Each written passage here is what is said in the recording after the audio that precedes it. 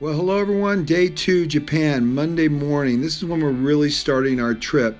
And we start off in beautiful Nagoya. I got up early in the morning and did a run, and I came across an amazing fish market on the side streets, and I couldn't help but stop and take some amazing video. You know, craftsmanship is everywhere in Japan, and they do everything at the highest levels.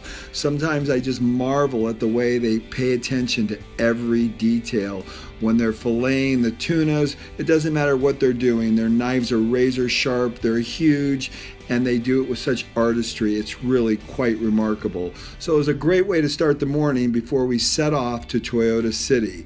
Now today was going to be a special day because we were going to return to where John Shook was actually working 30 years ago. He hasn't been back in a long time, and we were going to Toyota City. So we got on the bus, an hour and a half drive. John gave us a little briefing, and it was really remarkable. And as we drove along, Tadahiro showed us pictures of all the steel that he supplied with his company to build all these high rises in downtown Nagoya. Wow, how often can you say you've done that?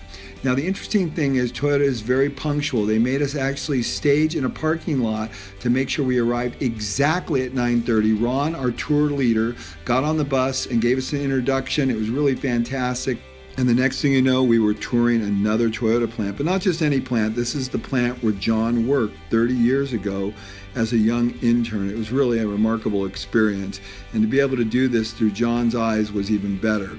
After that, we went into Toyota City to the corporate headquarters, and it was very interesting because it was very discreet. There was no signage or anything. That was the R&D building, and this is actually the world headquarters for Toyota. And guess what? They have a Starbucks there downstairs in the basement, and I found it. Everybody else went in the museum, but I got my Starbucks. And then I went in the museum, and boy, it's really incredible, particularly if you like the LFA. This is a car. I tell you, if there's any car that I would ever buy, this would be the one, and Lexus has done a great job on that. And the showroom was really fantastic, really showed off all the engineering prowess of Toyota, and boy, they definitely know what they're doing, from the hydrogen cars to the classic indestructible Land Cruiser. You know, I have a couple of these vehicles and they are just unbelievable. Toyota has a goal by 2050 to have zero emissions, both in their plants and in their cars. They set a very high and lofty goal. Nobody can do it quite like Toyota does it. It's really a remarkable place. And Ron gave us a great briefing and an overview, a little history lesson of Toyota. And we learned an awful lot through Ron's eyes, who's been there for almost 30 years in Japan. It was really a great experience, and we were very fortunate to have him. We thanked Ron, and he showed a picture of Taichi Ono. He said, I think this is the only picture of him ever smiling. He was a pretty surly guy. But this is a great quote from Taichi Ono. No one has more troubles than someone who claims he has no trouble. And I caught Ron right at the end and asked him a question. What are the 3 favorite things about living in Japan and working for Toyota? They're probably almost the same. My Okay. 3 favorite things about living in Japan are that the Japanese people are so conscientious. And conscientious means not only that you do your best, but you're aware of what are the standards around you, either in your competing businesses or around the world. And you always keep trying to rise yourself up to that standard. That's something I love about Japan. Number 2, we have a real sense for the customer. We have an expression, omotenashi, which means that a spirit of hospitality.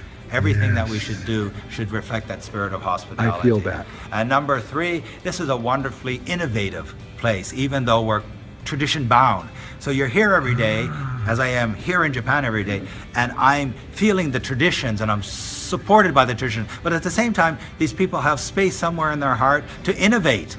You know, one of the most famous expressions when you watch a commercial is, it's a new product. That's all you ever hear is, it's a new product.